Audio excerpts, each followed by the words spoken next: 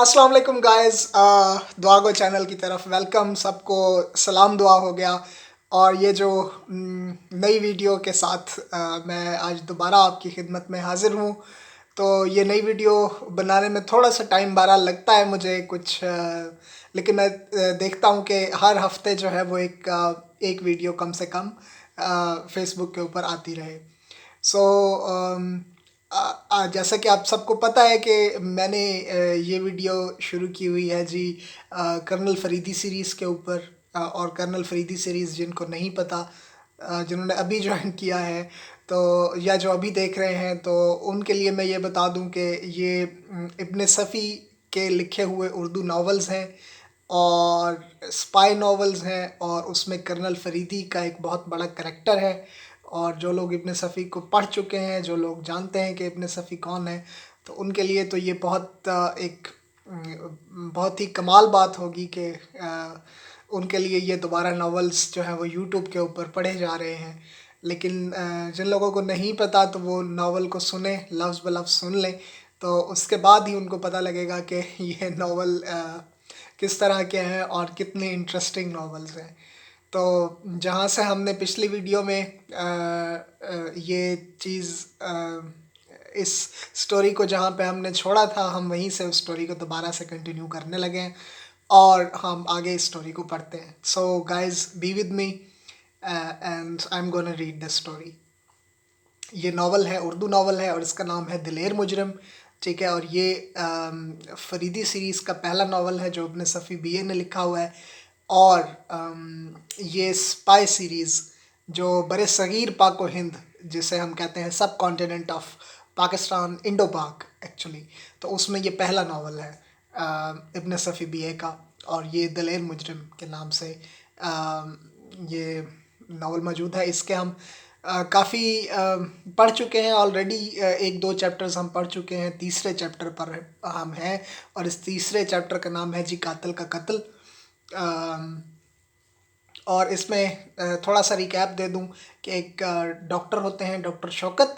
ठीक है, उनकी एक फूफी होती हैं, बनी हुई फूफी होती हैं, और एक माँ होती हैं, यूँ समझ लें, जिन्होंने उनको पाला होता है और उनकी वफ़ात, सॉरी, उनका कत्ल हो जाता है। और कत्ल करने के बाद इंस्पेक्टर फरीदी को बुलाया जाता है टू इन्वेस्टिगेट। और अब इंस्पेक्टर फरीदी इस कत्ल की इन्वेस्टिगेशन कर रहे हैं। और इन्वेस्टिगेशन करते करते वो एक मेले में पहुंचते हैं, एक सर्कस में पहुंचते हैं एक्चुअली। और अब देखते हैं कि सर्कस में क्या वाक़यात होते हैं। एक नेपाली को ढूंढते हुए, एक नेपाली कातिल को ढूंढते हुए वो सर्कस में पहुंचते हैं। अब देखते हैं यहाँ से स्टोरी आगे कैसे बढ़ती है। तो मैं स्टोरी को पढ़ता हूँ और मेरे साथ रहिएगा। ओके। सो शहर पहुंचकर उनकी हैरत की कोई इंतहा न रही जब उन्होंने इवनिंग न्यूज़ में निशात नगर के कत्ल का हाल पढ़ा। इंस्पेक्टर फरीदी के दलाइल का एक एक लफ्ज़ तहरीर था और यह भी लिखा था कि इंस्पेक्टर फरीदी ने निजी तौर पर मौका वारदात का मुआयना किया था, लेकिन उन्होंने निजी तफ्तीश करने से इनकार कर दिया है। इसमें यह भी लिखा था कि इंस्पेक्टर फरीदी 6 माह की रुख्सत पर हैं, इसलिए ख्याल होता है कि शायद सरकारी तौर पर भी ये काम उनके सपुर्द ना किया जा सके। मेरे ख्याल में जिस शख्स को हम लोग डॉक्टर का पड़ोसी समझ रहे थे वो इवनिंग न्यूज़ का नामा निगार था, फरीदी ने कहा। अब तक तो हालात हमारे ही मवाफिक हैं। इस खबर का आज ही शाया हो जाना बड़ा अच्छा हुआ। अगर वाकई सर्कस वाला नेपाली ही कातिल है तो हम बआसानी उस पर इस खबर का रद्द-ए-अमल देख सकेंगे। हमीद ने कुछ सोचते हुए यूं ही बेख्याली में कहा। क्या कोई नई बात सूझी? फरीदी ने कहा। मैं कहता हूँ, आखिर दर्द सरी मोल लेने से क्या फ़ायदा? क्यों ना हम लोग अपनी छुट्टियाँ हंसी खुशी गुजारें। अच्छा बकवास बंद, फरीदी झिला कर बोला। अगर तुम मेरा साथ नहीं देना चाहते ना दो, मैं तुम्हें मजबूर नहीं करूँगा। अरे आप तो खफा हो गए, मेरा मतलब ये था कि अगर आप भी इस छुट्टी में एक हाथ इश्क कर लेते तो अच्छा था, हमीद ने मुंह बनाकर कहा। कुछ इस अंदाज से कहा कि फरीदी मुस्कुराए बगैर न रह सका। अच्छा तो खाना इस वक्त मेरे साथ ही खाना, फरीदी ने उसके कंधे पर हाथ रखते हुए कहा। बसरो चश्म, हबीब संजीदगी से बोला। भला मैं अपने ऑफिसर का हुक्म किस तरह टाल सकता हूँ। वो सर्कस शुरू होने से 15 मिनट कबल ही रेलवे ग्राउंड पहुँच गए और बुक्स के 2 टिकट लेकर रंग के सबसे करीब होने वाले सोफे पर, सॉरी, रिंग के सबसे करीब होने वाले सोफे पर जा बैठे। 2-4 खेलों के बाद असल खेल शुरू हुआ। एक नाटे कद का मजबूत नेपाली एक खूबसूरत लड़की के साथ रिंग में दाखिल हुआ। गजब की लौंडिया है, हमीद ने धीरे से कहा। हिश्त, अफरीदी नेपाली को बगौर देख रहा था। ख़वातीनो हजरात, रिंग लीडर की आवाज़ गूंजी, अब दुनिया का खौफनाक तरीन खेल शुरू होने वाला है। ये लड़की इस लकड़ी के तख्ते से लग कर खड़ी हो जाएगी और ये नेपाली अपने खंजर से लड़की के गिर्द इसका खाका बनाएगा। नेपाली की ज़रा सी भी गलती या लड़की की खफीफ सी जुम्बिश उसे मौत की आगोश में पहुंचा सकती है। ये देखिए कि ये लड़की मौत का मुकाबला किस हिम्मत से करती है और इस नेपाली का हाथ कितना सुधा हुआ है। मुलाहिजा फरमाइए। खट, एक सनसनाता हुआ खंजर लड़की के सर के बालों को छूता हुआ लकड़ी के तख्ते में 3 इंच तक धंस गया। लड़की सर से पैर तक लरस गई। रिंग मास्टर ने नेपाली की तरफ हैरत से देखा और उसके होंठ मुस्तरबाना अंदाज में हिलने लगे। देखने वालों पर सन्नाटा छा गया। खट, दूसरा खंजर लड़की के कांधे के करीब फ्राक को के पफ को छेदता हुआ तख्ते में धंस गया। लड़की का चेहरा दूध की तरह सफ़ेद नजर आने लगा। रिंग लीडर ने बेताबाना रिंग का चक्कर लगा डाला।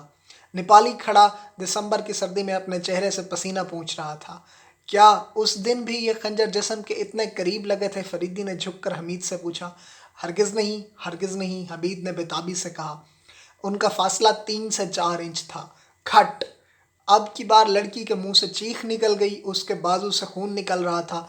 फरीदी ने नेपाली को शराबियों की तरह लड़खड़ाते रिंग के बाहर जाते देखा। फ़ौरन ही 5-6 जोकरों ने रिंग में आकर उछल कूद मचा दी। ख़वातीनो हजरात, रिंग मास्टर की आवाज़ गूंजी, मुझे इस वाक़े पर हैरत है। नेपाली 15-20 बरस से हमारे सर्कस में काम कर रहा है लेकिन कभी ऐसा नहीं हुआ। ज़रूर वो कुछ बीमार है जिसकी इत्तला हमें न थी। बहरहाल अभी बहुत दिलचस्प खेल बाकी हैं। आओ चलें। फरीदी ने हमीद का हाथ पकड़कर उठते हुए कहा। मुतअद्दिद खीमों के दरमियान से गुजरते हुए वो थोड़ी देर बाद मैनेजर के दफ्तर के सामने पहुंच गए।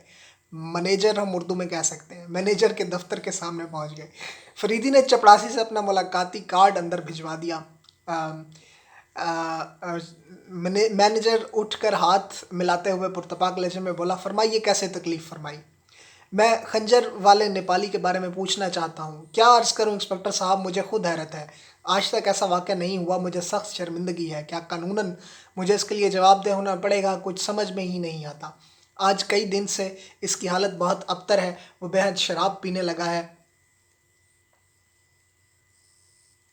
हर वक्त नशे में डींगे मारता रहता है। अभी कल ही अपने एक साथी से कह रहा था कि मैं अब इतना दौलतमंद हो गया हूँ कि मुझे नौकरी की परवाह नहीं।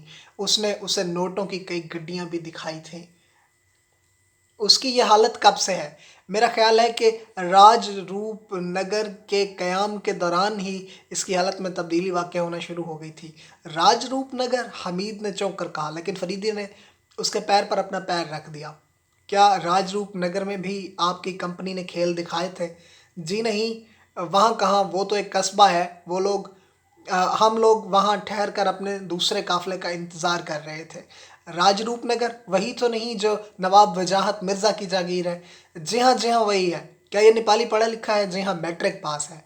मैं इससे भी कुछ सवालात करना चाहता हूँ। ज़रूर ज़रूर, मेरे साथ चलिए, लेकिन ज़रा हमारा भी ख्याल रखिएगा। मैं नहीं चाहता कि कंपनी का नाम बदनाम हो।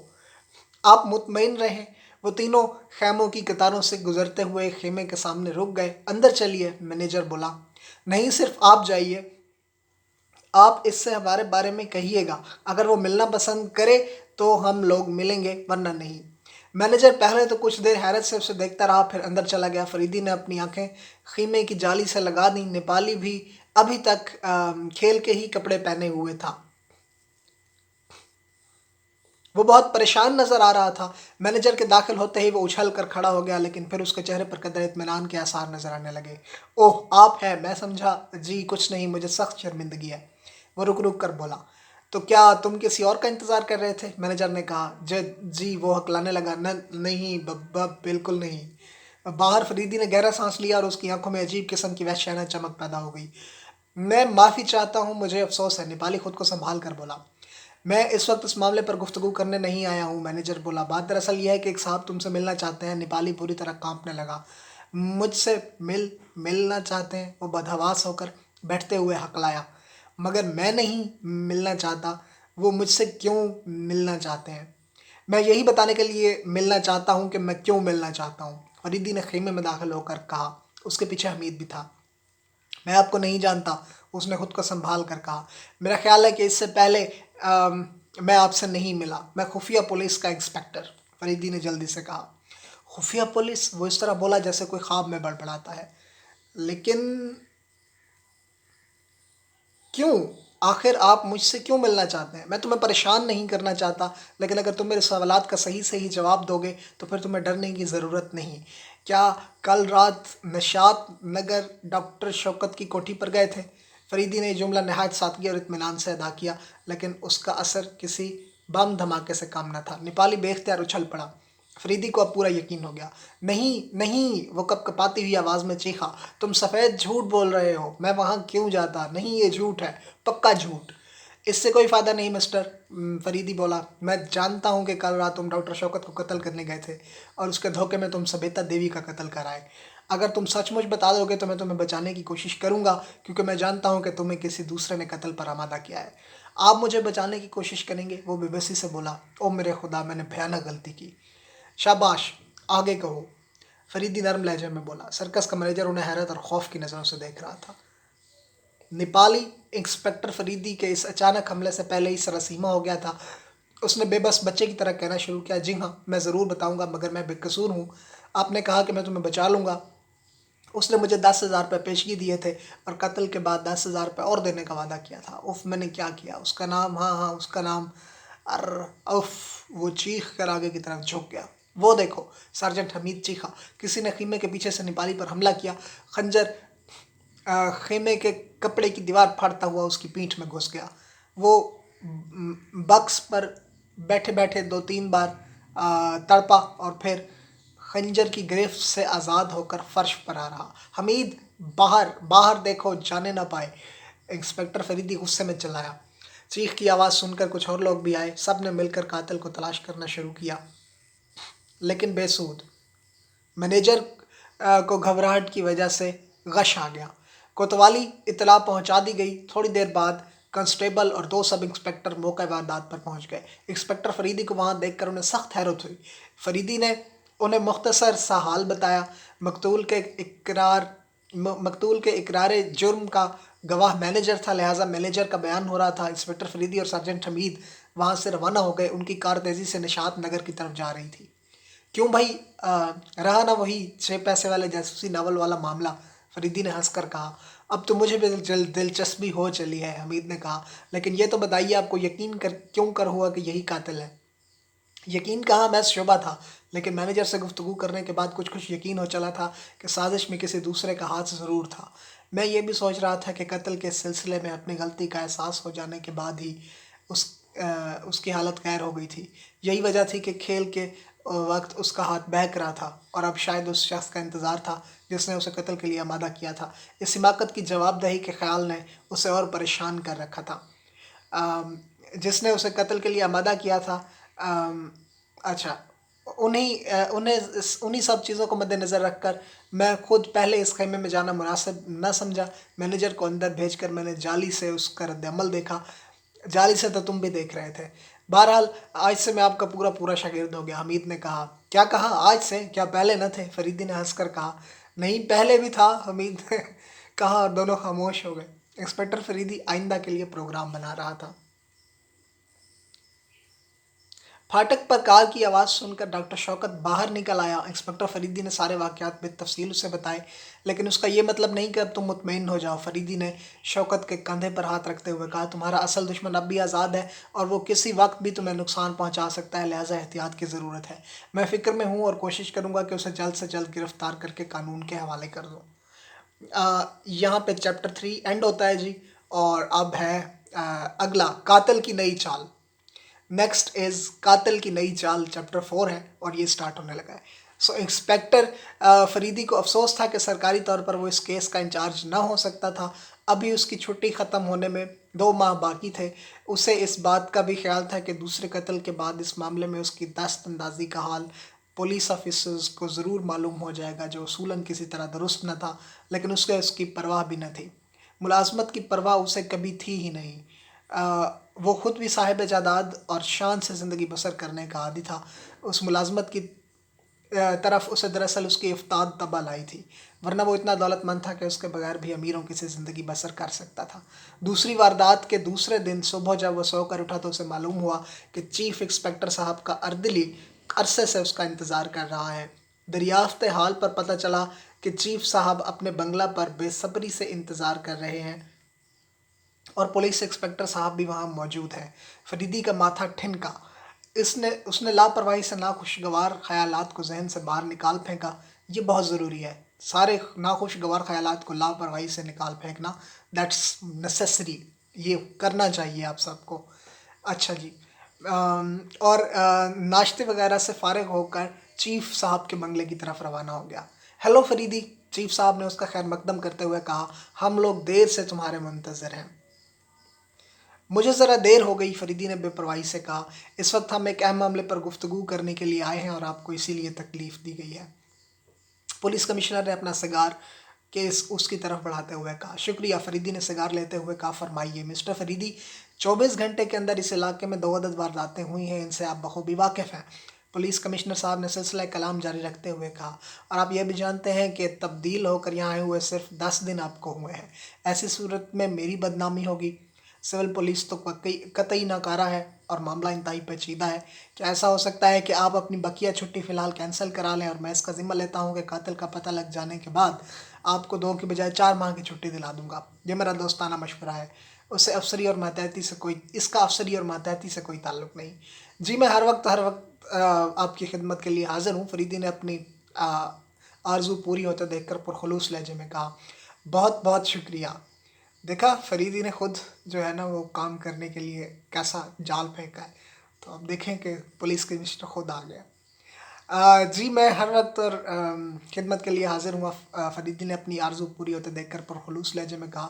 बहुत बहुत शुक्रिया। पुलिस कमिश्नर साहब इत्मीनान का सांस लेकर बोले। कल रात आप अपना बयान देकर चले आए थे, उसके बाद नेपाली के खेमे की तलाशी लेने पर 7,000 रुपये के नोट बरामद हुए, जो कम अज़ कम उसकी हैसियत से ज़्यादा थे। उसके पसंदाज होने का ख्याल इसलिए नहीं पैदा होता कि वो अपनी आमदनी से बढ़कर ही खर्च करने वाला आदमी था। इन रुपयों के अलावा कोई और ऐसी चीज़ न मिल सके जिससे उसके कातिल होने की शख्सियत का अंदाज़ा लग सकता। बहरहाल सबिता देवी के कातिल का सुराग का सेहरा तो आप ही के साथ है, लेकिन अब उसके कातिल का पता लगाना बहुत ज़रूरी है और ये काम सिवाय आपके और कोई नहीं कर सकता। मैंने कल रात ही ये दोनों केस महकमा सुराग रसानी के सुपुर्द कर दिए हैं। अब बकिया हिदायत आपको चीफ इंस्पेक्टर साहब से मिलेंगी। लीजिए जनाब, आ गया केस फरीदी के हाथ में। और मैं तुमको इस केस का इंचार्ज बनाता हूँ, चीफ इंस्पेक्टर साहब ने कहा। इसके कागजात 10 बजे तक तुम्हें मिल जाएंगे। ये तो आप जानते हैं कि मैं इस केस की तफ्तीश शुरू ही से कर रहा हूँ। मैंने इस सिलसिले में अपना तरीक़ाकार भी मुकम्मल कर लिया, लेकिन आपसे इस्तदा है कि आप यही ज़ाहिर होने दें कि मैं छुट्टी पर हूँ और ये मामला अभी तक सुराग रसानी तक नहीं पहुँचा। तो इस केस में भी तुम अपनी पुरानी आदत के मुताबिक अकेले ही काम करोगे, चीफ इंस्पेक्टर पुलिस ने कहा। यह आदत ख़तरनाक है। मुझे अफसोस है कि बाज़ वजूह की बिना पर जिन्हें अब भी मैं ज़ाहिर नहीं करना चाहता, मुझे यही तरीका इख्तियार करना पड़ेगा। अच्छा, अब इजाज़त चाहता हूँ। इंस्पेक्टर फरीदी के घर पर सार्जेंट हमीद उसका इंतज़ार कर रहा था। उसकी आंखों से मालूम होता था जैसे वो रात भर ना सोया हो। फरीदी के घर पहुँचते ही वह बेताबी से उसकी तरफ बढ़ा। कहो, खैरियत है? फरीदी ने कहा। तुम कुछ परेशान मालूम होते हो। कुछ क्या, मैं बहुत परेशान हूँ। आखिर बात क्या है? अम, कल रात तकरीबन 1 बजे मैं आपके घर से रवाना हुआ। थोड़ी दूर चलने के बाद मैंने महसूस किया कि मेरा कोई पीछा कर रहा है। पहले तो ख्याल हुआ कि कोई राहगीर होगा, लेकिन जब मैंने अपना शुबा रफ़ा करने के लिए यूं ही बेमतलब पेच दर पेच गलियों में घुसना शुरू किया तो मेरा शुबा यकीन की हद में पहुंच गया, क्योंकि अब भी वो मेरा पीछा कर रहा था। खैर, मैंने घर पहुंचकर ताला खोला और किवाड़ बंद करके दर से झांकता रहा। मेरा ताक़ुब करने वाला अब मेरे मकान के सामने खड़ा दरवाजे की तरफ देख रहा था। फिर वो आगे बढ़ गया, मैं दबे पाँव बाहर निकला और अब मैं उसका पीछा कर रहा था। इस किस्म का ताक़ुब कम से कम मेरे लिए नया तजुर्बा था, क्योंकि ताक़ुब करते करते 5 बज गए। ऐसा मालूम होता था जैसे वो यूं ही बिला मकसद आवारागर्दी करता फिर रहा है। मुझे अफ़सोस है कि मैं उसका चेहरा ना देख सका, क्योंकि उसने इस अपने चेस्टर का कॉलर खड़ा कर रखा था और उसकी नाइट कैप उसके चेहरे पर झुकी हुई थी। तकरीबन 5 बजे वो बॉटम रोड पर बेली रोड के चौराहे पर रुक गया। वहाँ एक कार खड़ी थी, वो उसमें बैठ गया और कार तेज़ी से शुमाल की तरफ रवाना हो गई। वहाँ मुझे उस वक्त कोई सवारी ना मिल सके, लिहाजा 3 मील पैदल चल कर आ रहा हूँ। शायद रात से अब तक मैंने 15 मील का चक्कर लगाया होगा। तुम्हारी नई दरियाफ्त तो बहुत ही दिलचस्प रही, फरीदी ने कुछ सोचते हुए कहा। वो थोड़ी देर तक तो चुप रहा, उसकी आंखें इस तरह धुंधला गईं जैसे उसे नींद आ रही हो। फिर अचानक उनमें एक तरह की वहशियाना चमक पैदा हो गई और उसने एक ज़ोरदार कहकहा लगाया। क्या कहा तुमने? फरीदी बोला। वो बॉटम रोड के चौराहे से शुमाल की जानिब चला गया। जी हाँ, और तुम्हें शायद मालूम ना होगा कि उसी चौराहे पर अगर तुम जनूब की तरफ चलो तो 15 मील चलने के बाद तुम राजरूप नगर पहुंच जाओगे। अब मुझे यकीन हो गया कि मुजरिम का सुराग राजरूप नगर से ही मिल सकेगा। देखो, अगर वो सचमुच तुम्हारा पीछा कर रहा होता तो तुम्हें उसका एहसास तक न होने देता। उसने दीदा दानिस्ता ऐसा किया था कि तुम उसके पीछे लग जाओ, और वो उसी चौराहे से जनूब की तरफ जाने की बजाय शुमाल की तरफ जाकर मेरे दिल से इस ख्याल को निकाल दे कि असल मुजरिम राज रूपनगर का बाशिंदा है। ओ मेरे खुदा! इसका मतलब ये था कि वो नेपाली के कत्ल के पहले से ही हम लोगों के बहुत करीब रहा था और उसने मैनेजर के दफ्तर में भी हमारी गुफ्तगू सुनी थी और राजरूप नगर की जहाँ पर भी गुफ्तगू आई थी। अखबार में तो उसका कोई हवाला नहीं था। मुजरिम मामूली जहानत का आदमी मालूम नहीं होता। क्या तुम उसका हुलिया बता सकते हो?